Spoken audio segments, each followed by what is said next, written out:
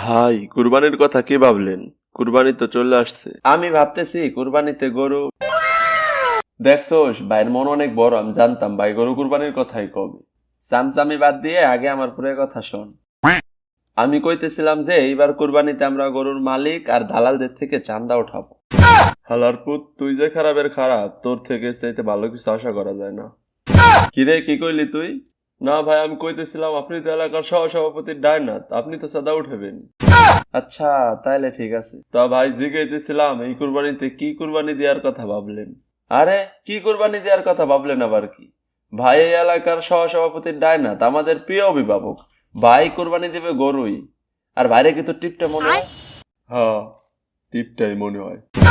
গরু দিবার গেলে কয় টাকা লাগতে পারে আরিফ? এই ধরেন 80 থেকে 1 লাখ টাকা বাস। তাইলে বাদ দে, তুই মিজানের সাথে আমার টিপটাই মনে কর। ভাই আমিও আপনার টিপটাই মনে করতাম, তাও একটু বাজায় দেখলাম আর কি। এইসব বাদ দিয়ে কাজের কথা শোনো, আমার কুরবানি নিয়ে ভালো একটা প্ল্যান আছে। अच्छा।